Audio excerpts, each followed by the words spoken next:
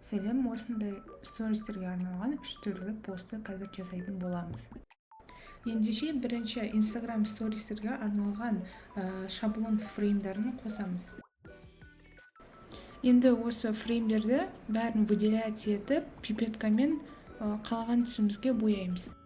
Енді екінші постқа осы суретімізді апарып қоямыз.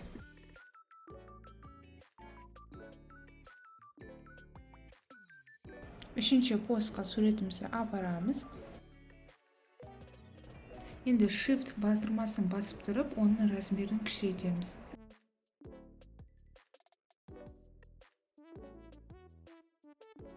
Суретіміздің ұштары думаланып тұру үшін біз корнер радиусқа кіріп, оны 24-ке қоямыз. Суретіміз нақты тұру үшін біз Option'ды басып тұрып, шеттерін өлшеп, оны орналастырамыз.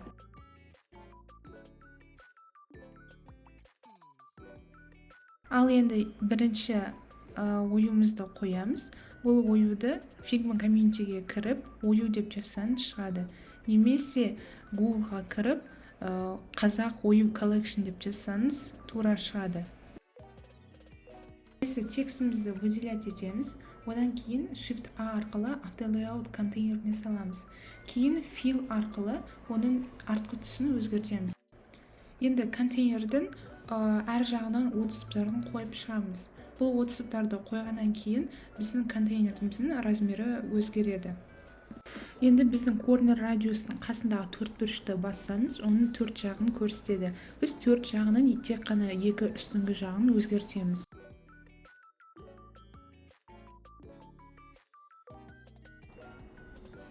Бұл жерде тексті выделять етеміз. Оны әрқайсысын автолейаутқа саламыз. Ең соңында үшеуін бірге тағы да автолейаутқа саламыз. Енді осы автолейауттардың ішіндегі объектілерді центрировать етіп, 30 түптарын қойып шығамыз. Енді Fill'ді басып, ақ түсті таңдап, оны тек 10%-ін ғана қоямыз.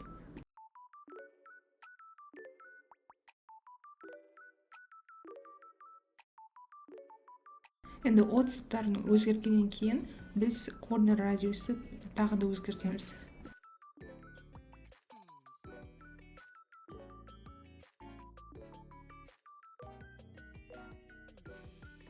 Енді екі объектіні тағы да автолейаут арқылы біріктіреміз.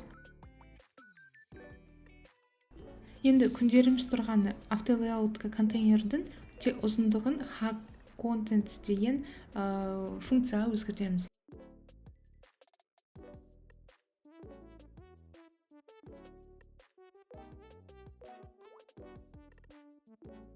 Енді иконкаларды орналастыратын боламыз. Бұл наборда сағаты бөлек болмағандықтан мен осындай иконканы алып, тек қана сағат тұрған векторды копировать етіп алып қоятын боламын.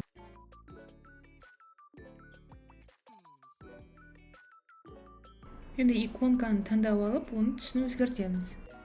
Енді Shift'ті басып тұрып, иконканың размерін өзгертеміз.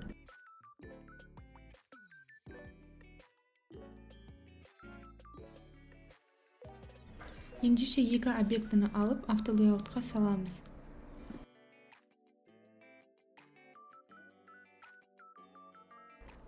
Енді Option'ды басып тұрып, ар жағы тура болатындай орналастырамыз.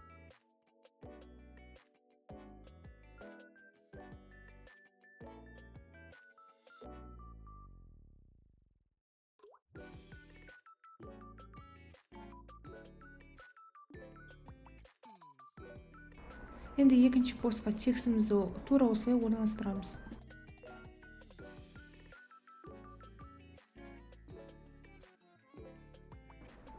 Енді текстімізді выделять етеміз, оны контейнерге саламыз, Shift A арқылы артқы түсін өзгертеміз.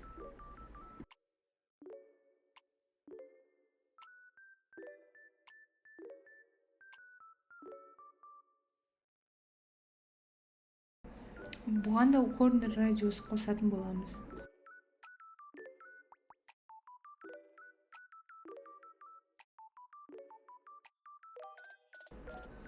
Екеуін контейнерге салып, арасын 30-ты қоямыз.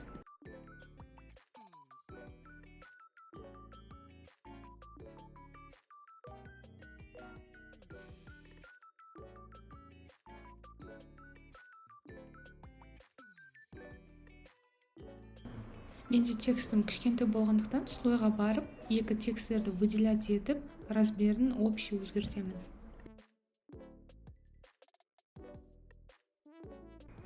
Енді осы екі объектіні бірге Shift A арқылы контейнерге саламын.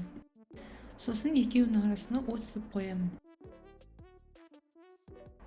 Енді фигура бұрышын алып, төрт бұрыш жасап, оны түсін өзгертіп, және корнер радиусын домалақ болатындай өзгертемін. Және осы фреймнің ішіне иконкамды әкеліп салатын боламын.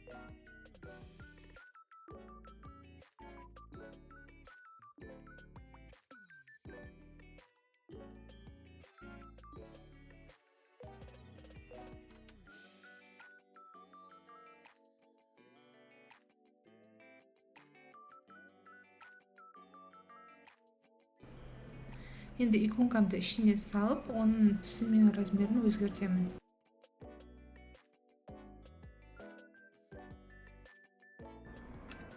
Бұл жерде мен иконкам жұқа болғандықтан, мен бұның қалыңдығын өзгертемін. Яғни слойға кіріп, вектордың екеуін таңдап, мен бұл жерге строкты, яғни обводкасын қосатын боламын. Бізде обводка иконканың ішінде болғандықтан бұл жерде дым өзгермеді. Сондықтан inside деген орнына outside'ты басып таңдаңыздар.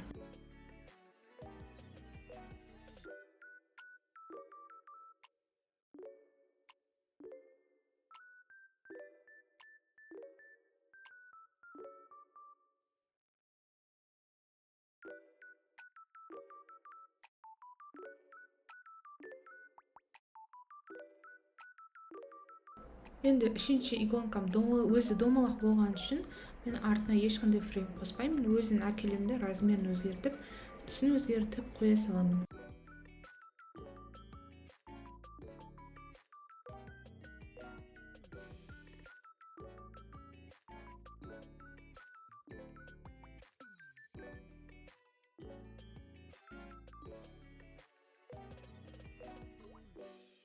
Енді екі объектіні бір контейнерге орналастырамыз.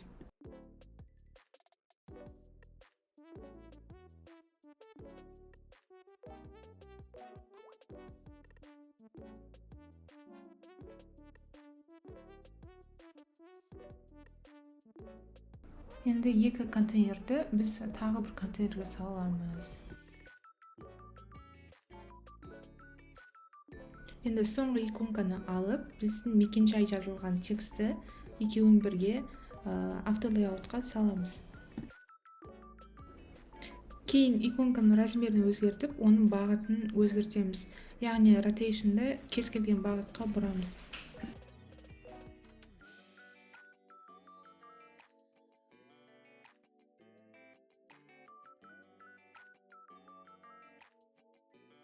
Екеуінің арасына отсып қоямыз.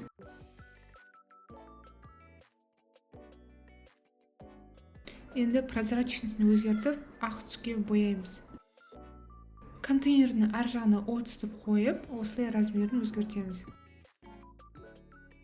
Енді бұрыштарын жалпақ қыламыз. Мен иконканы бұрғаннан кейін бұл жерде отступы дұрыс қойылмады, сондықтан мен оң жағына қарай тек қана тағы да отступын өзгертемін. Осымен біздің стористарымыз дайын болды. Сіздерге назарларыңызға рахмет.